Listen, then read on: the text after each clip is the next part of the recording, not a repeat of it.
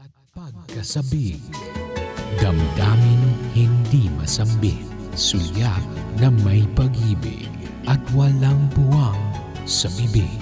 Iluluha na lang ba o sa liham ilalakip? Here we are, face to Lihim ng liham.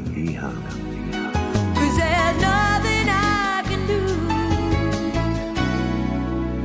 to keep from loving you. Lihim ng liham.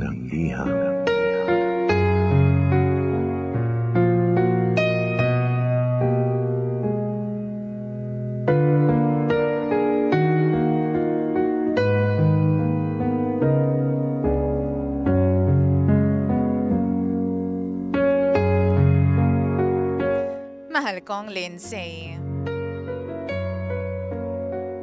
Good morning po sa lahat po ng mga nakikinig sa kanilang mga radyo at kanilang mga Facebook accounts. Kailangan ko lang po sana ng tulong. I need your thoughts, mga pangga. Ako nga po pala si Randy. Single mom yung girlfriend ko. At nung na-meet ko siya, nakilala ko po siya bilang isang napakamasayahin pero independent na babae. Same company po kami ng pinagtatrabahuhan. Awa ng Diyos, 2 taon na po kami ngayon. Pareho po kaming may trabaho. At para sa kaalaman ng lahat, nasa BPO industry kaming dalawa.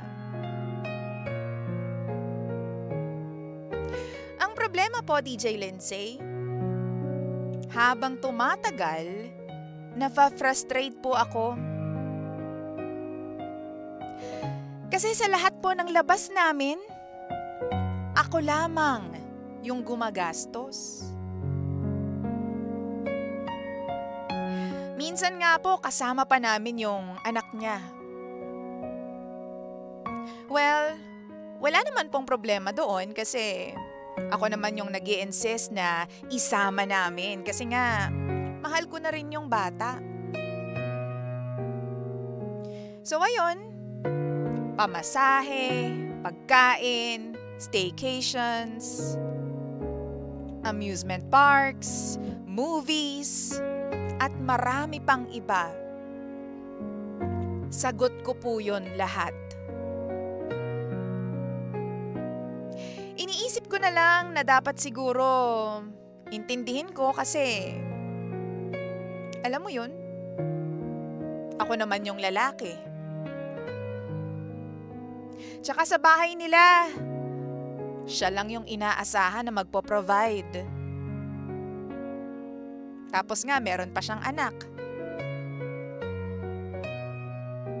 Well, tulad nga ng sinabi ko, ako naman yung lalaki. So, ako talaga yung magiging provider. Kaya lang, DJ Lindsay, bakit ganun? Hindi talaga siya gumagastos para sa aming dalawa. Ako lang talaga yung nag-i-invest. Ultimo nga yung beep card ko, inihiram niya. Tapos inuubos niya pa yung laman. Anyway, ako na nga po yung gumagastos sa lahat-lahat. And still, palagi pa rin siyang humihingi ng pera sa akin. Alam niyo po, kahit 3 araw pa lang ang nakakalipas after ng sahod, she will ask money agad mula sa akin. Hindi ko alam kung saan ba napupunta yung pera niya, yung sahod niya. Napapaisip tuloy ako, DJ Lindsay. Totoo kayang mahal ako ng girlfriend ko? O baka naman ginagamit lang ako. Please, tulungan niyo po ako kasi plano ko nang mag-propose sa kanya. Mahal na mahal ko naman po ang girlfriend ko. Yun nga lang, nahihirapan po ako pagdating sa spending habits niya. Hindi po ba dapat tulungan kapag mag-boyfriend o girlfriend pa lang? Tulungan niyo po ako. Hihintayin ko po ang mga comment ninyo, mga pangga. Muli, ako si Randy at ito ang lihim ng aking liham.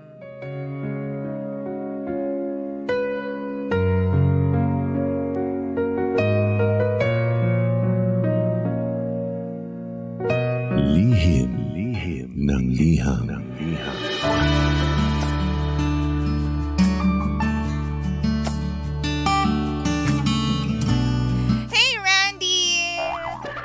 Sandali lang oras natin sa buong kapuluan. Check your time. 13 minutes. Makaraan po ang alas 9 ng umaga. 9:13 on the clock.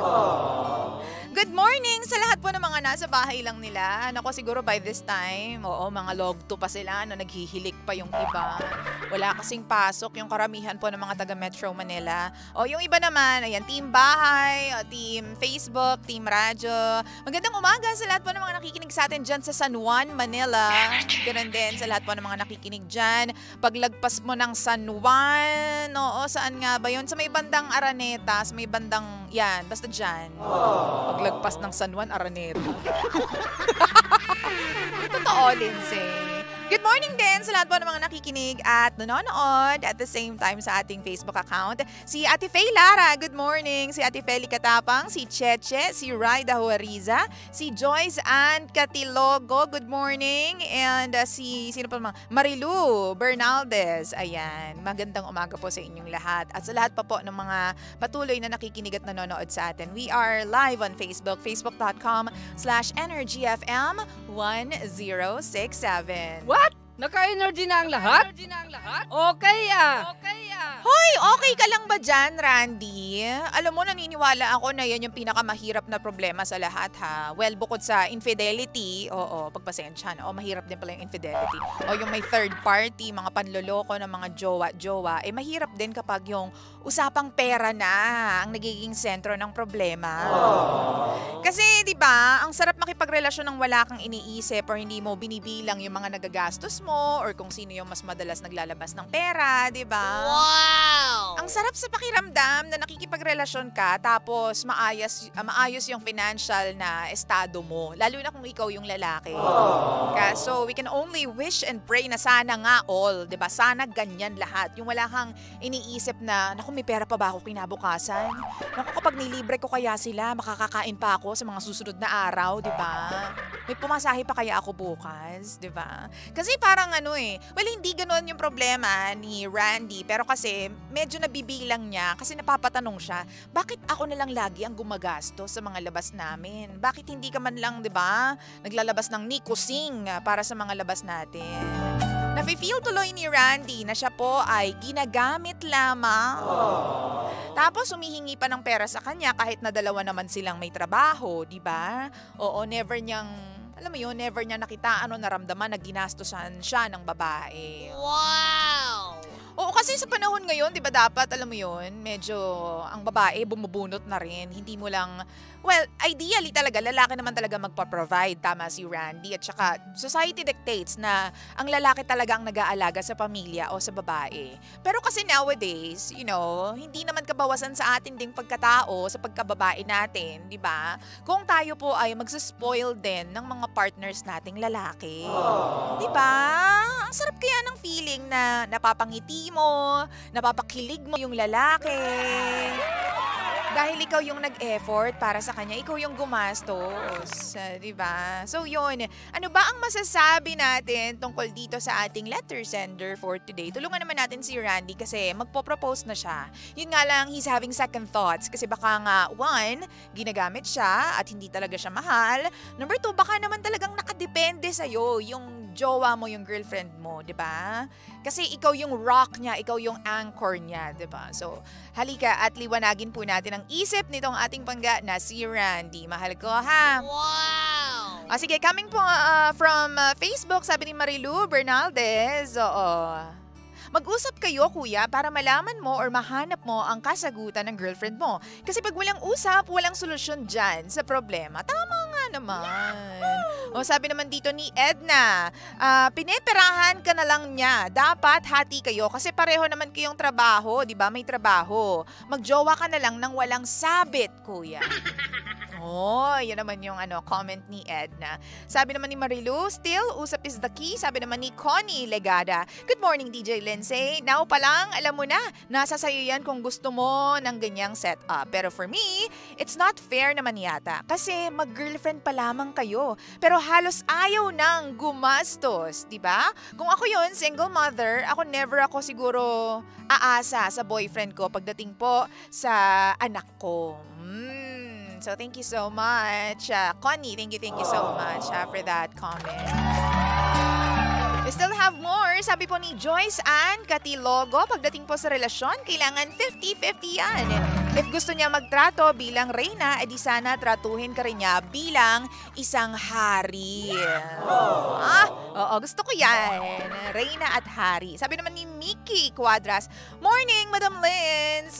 As usual, masasabi ko lang po kausapin niya yung jowa niya in a good way para hindi ma-offend. Kung ayaw mo naman na mag-experiment or kung ayaw mo naman, mag-experiment ka. Kunwari may problema ka sa pera or di kaya less mo yung bigay mo sa kanya, 'di ba? Ipaintindi mo na hindi only yung pera mo, 'di ba? Doon mo malalaman kung magi-giveaway siya or i-offer niya na tulungan ka, 'di ba? Pero kung galit siya at ayaw niya talaga ng ginaganon mo siya, edi mag-isip ka na lang, boy. Habang maaga, timbangin mo na kung siya ba talaga ang gusto mong makasama sa buhay. Isip-isip din. Oo. Okay 'yun yung tipong ite-test mo. Pero kasi I don't think it's a good 'di ba, idea to test the person you love. Ewan ko bigla na lang nag-appear sa akin na before kasi tinetest ko rin yung jowa ko. Pero parang naisip ko, parang hindi yata dapat tinetest yung jowa. Ewan ko lang din, 50-50 rin ako sa testing. Pero para kay Connie, yun yung paraan niya para malaman kung ano ba talagang tunay na kulay or intention ng babae sa'yo, Randy. No? Sabi naman ni GJ, ganun talaga, pinasok mo yan lalo na may anak yan. Pero may choice ka pa naman, hindi pa naman kayo kasal. Okay, sabi naman ni Jason, nakasanayan na kasi dito sa atin, tol, na kapag lalaki ka, ikaw dapat ang magsasakripisyo sa lahat. By the way, pa-shoutout naman po kami dito sa Pulong, Santa Cruz, Santa Rosa, Laguna. Oy, hello sa inyo dyan, Jason, So, ano ba? Sabi ni Evelyn, nowadays kasi open communication, okay naman ang 50-50, hehe. Pero 'di ba, enlighten me. Ang sarap sa pakiramdam ng kusang nagbibigay yung partner mo or kusang nag-aabot or kusang nagbabayad ng bill. Yung hindi mo na siya kailangan pang, huy, ko naman yung magbayad ngayon. Huy, lagi na lang ako nagbabayad. Baka gusto mo naman, nakakahiya naman tayo. Diba? Ang sarap sa ganung pakiramdam, lalo na kapag ikaw yung babae, feeling mo kasi talagang kayang-kayang dalhin ng lalaki yung relasyon at kayang-kaya kang alagaan kapag, alam mo yun, hindi inasa sa'yo yung mga bayarin. Pero kasi, we have to understand na ang mga lalaki talaga, syempre, nakikiramdam din yan. May mga pangangailangan din yan. And it doesn't matter kung malaki ba sweldo niya or hindi. Minsan ang mga lalaki naniniwala ko, naghihintay lang sila ng, alam mo yon, nakikiramdam lang sila ng senyales from us women or from us girls na, huy, ako naman magbabayad ngayon. Oo, sagot kita ngayon. Ako ngayon. Ako sasagot ngayon. Mayaman ako ganyan. Yung mga yung mga ganong biruan ba? Ako naman ngayon, lagi ka na lang Laging ikaw na lang yun ang lilibre sa akin or sa amin. Ako naman, huwag ka mag-alala. Sa susunod, ikaw ulit. At saka sa susunod na susunod. Ganyan. So, Randy, kung ako sa'yo, ikaw talagang makakaramdam niyan 'Diba? Kasi kung talagang nauubusan ka at wala kang naisisave para sa sarili mo, isang malaking problema yan. Kasi ako naniniwala ako na ang isang matinong girlfriend, sige, from a woman's point of view, from a girlfriend or fiance's point of view ha, matino ang partner mo kapag after spending a lot for a specific thing o kaya for a bill, itatanong sa'yo ng partner mo, "Uy, may naiipon ka pa ba? Uy, masyadong mahal yan baka pwedeng yung mura na lang." Diba? Alam mo na nasa maayos ka na partner kapag meron siyang concern sa'yo at hindi lang nagpapaka-enjoy, ganyan, hindi lang, alam mo yon, puro fun lang, ganyan. Just because nagpo-provide ang isang tao para sa atin, doesn't mean forever yan. Doesn't mean hindi siya naghihintay na, "Uy, baka naman, ako na lang naman yung magbabayad ngayon. Lagi ka na lang gumagastos di ba?" Nakikiramdam din sila mga pangga. Oo. At hindi porket laging galante yung lalaki, ibig sabihin unlimited ang kanyang pera. Hindi mo alam kung paano yun nagtitipid para lamang mailibre kayong dalawang mag-ina. Hindi mo alam kung anong kinakain yan sa lunch o sa dinner para lamang ma-save yung pera niya at mailibre kayo ng mamahalin pag lumalabas kayo. Diba? Uy, real talk yan.